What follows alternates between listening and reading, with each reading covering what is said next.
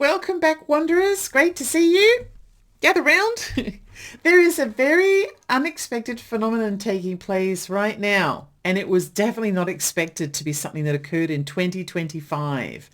College kids, young people of college age are starting to show up in churches. This is not unusual until you throw in the other factor, and that is that they don't come from a religious background. Their families are not religious. Their upbringing is not religious, but they are turning to church. And the data is in, and it is a very big surprise. They're not coming because they've been convinced on a political level to attend church for any reason. And their demographic is very surprising. They are coming for the ritual of spiritual enlightenment that comes from church. Let's break it down, and I'm going to explain to you why it matters right now. So I had a comment that sparked my thoughts on this recently, and the comment comes from Cool Man Tool, who has been a long-standing viewer of this channel. Hello. This is Cool Man Tool's comment. He says, something for your radar screen. College-age kids are suddenly turning up at churches across the country. They seem to be gravitating to liturgical traditions and traditional mainline churches. The ornate, liturgically traditional but culturally moderate to liberal Methodist church I belong to is suddenly having significant numbers of college kids join from Georgia Southern University.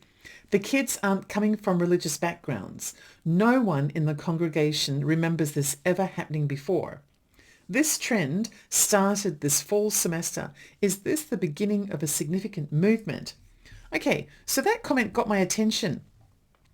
And the key points here are that the college kids that are starting to attend church in Cool Man Tool's Methodist Church in Southern Georgia are primarily not from religious upbringings or backgrounds.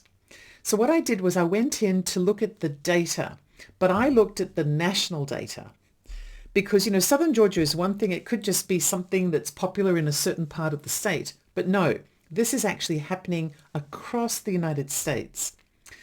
In 2019, young people of college age were surveyed, and the data spoke. It said that around 21% of college age people actively attended church. That was 6 years ago.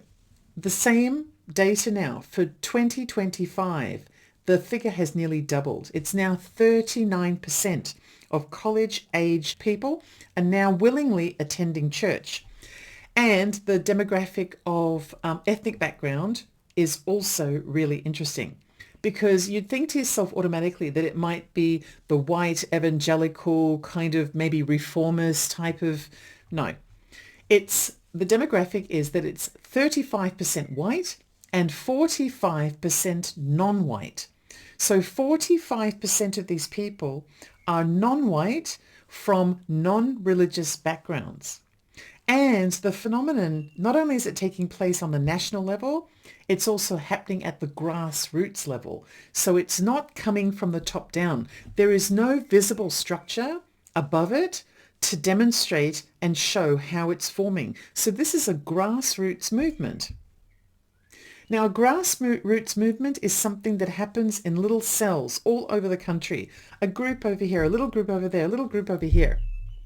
And then they start to swell until they begin to form almost like a pattern of grass over the entire country.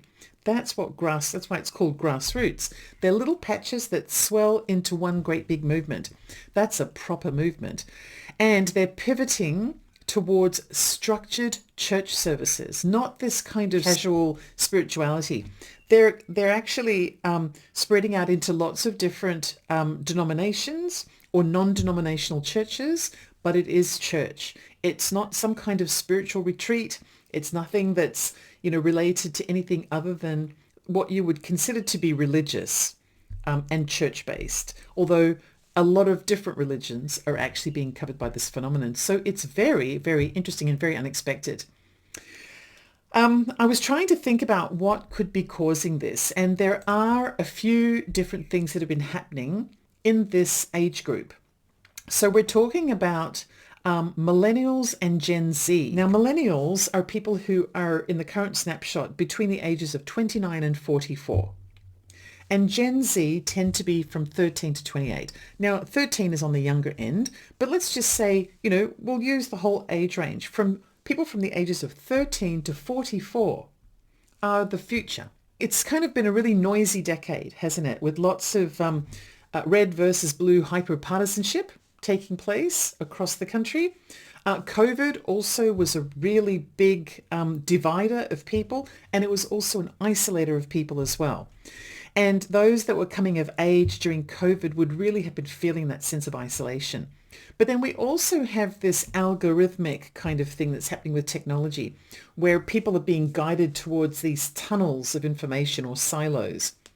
And that can also be really isolating. Plus, we've got, this failure to be able to find ways to, or a vacuum, I guess is probably a more accurate word, of being able to find ways to express emotions in meaningful ways. A lot of stuff is emoji driven, It's like smiley face or frowny face or thoughtful kind of fellow with his fist to his chin kind of emoji. And this is all very superficial. It doesn't resolve emotional query, and it doesn't really give people that sense of community and belonging.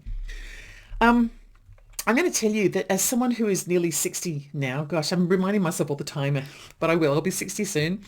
I have noticed things changing with young people. Now, this is just my viewpoint based on my own personal observations, and I may have it completely wrong. But I used to work for for a while when I lived in Britain. I worked for an American university. It was actually my first job in Britain, but I worked for an American university that had a campus in London. And a lot of the American students would come and spend time on that campus. And I was someone who was always in contact with those students. These were people who were between 18, 19 and maybe 23 or something like that. And the people were vibrant. The young people were vibrant and imaginative and noisy and emotionally active, And this was just normal. This is how I remember being when I was the same age. And then nearly 20 years later, I had a shop by the beach where I sold smoothies, and I hired a lot of young people of similar age. And because we were right opposite the beach, a lot of customers would come in, and I'd get to know local people who were very much at the same age. And I noticed a shift in the way that young people were between that 20 years or so of interaction that I was able to see between those from the past, from 20 years ago, and then the ones closer to the present. It kind of felt like the more recent young people had something missing. This kind of passion was tampered down. There was less of this organic energy that's really natural in young people. And this is just something that I kind of observed passively and kind of witnessed, but I wasn't really able to, tell what it meant. But I actually think that it might be relevant to this phenomenon that's taking place. I think in particular over the past 20 years or so, maybe even 25, and certainly since the COVID pandemic, when people were forced to isolate, some of them during really formative years, there's been this shift in the way that people interact with each other. And those of us who are a bit long in the tooth, who've been around longer, we have managed to maintain the way that we've always been because we know what it's like to live before that era. But people who are younger have never had that chance to live without the current constrictions and isolations of life. And I think that this phenomenon might be a natural, organic curiosity. It's kind of like a first-time exploration of a collective ritual-based experience of life. And that's what's bringing people to church. Young people may be crying for that sense of belonging and that hunger for community and meaning in their lives that some people have experienced through attending church services and being part of that church collective. In history, churches for non-white people have often been that source of resilience during really difficult times. And times can be very difficult for certain groups of people right now. And that could be one of the reasons why this thought of church congregation is something that's adding to the resilience of non-white young people. Now, I'm saying non-white because I want to, rather than black or brown or something like that, because I want to distinguish against the white evangelical movement, which is something very different. There's a possibility that this kind of revival of youth church-based worship is a good thing. It could be that they're hungering for healing methods and congregating together for that sense of meaning and community as part of the healing of the collective, or it could be a bad thing. And if it's a bad thing, perhaps it's a curated kind of control of young people through stealth methods to get them into a place that they can then be indoctrinated into. I can't quite tell, but the data is definitely showing that there's that grassroots movement. Now, these are potentially the young people who are going to lead us into the future. They have never had a religious background. And they're not turning into new age kind of spiritualists either. We're talking about church. Church. Just to be very, very clear, church. Nobody would have ever seen this coming. So in a previous episode, I did kind of this analysis of what could be our new world religion forming in the future. It was a prelude to a series that I did on the reimagining of this end times prophecy.